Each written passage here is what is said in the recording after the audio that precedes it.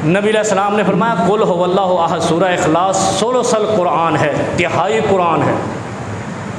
एक हदीस में आता है मन क़रअ कुल हुवल्लाहु अहद हत्ता यख्तिमुहा 10 मर्रात, 10 मरतबा जिसने कुल हुवल्लाहु अहद पढ़ी हो, पढ़ो यार, कुल हुवल्लाहु अहद अल्लाहु समद लम यलिद वलम यूलद वलम यकुल लहू कुफुवन अहद। देखो तुम्हारा दिल अगर स्याह भी हो चुका है धब्बे लग लग के गुनाहों के, धुलता कैसे है जैसे वॉशिंग मशीन भी सफाई नहीं करती।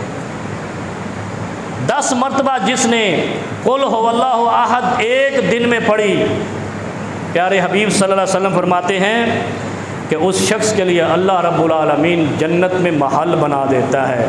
जिसका जन्नत में महल होगा उसका तौहीद की बरकत से दुनिया में भी महल बनेगा, दुनिया में भी वो खैरखा और अमीर, दिल का अमीर तस्वर होगा। सुना है ना कि बददियानत आदमी की खूबी क्या है या खामी क्या है, खूबी नहीं, खामी क्या है, वो कंजूस और बखील होता है। जो कुल हुवल्लाहु अहद पढ़ता रहेगा वो तौहीद में सखी हो जाएगा, और जो अल्लाह की तौहीद में सखी है अल्लाह की रहमत उसी पर है। 10 मरतबा कुल हुवल्लाहु अहद दिन में पढ़ने वाला अल्लाह रब्बुल आलमीन उसके जन्नत में महल बना देता है।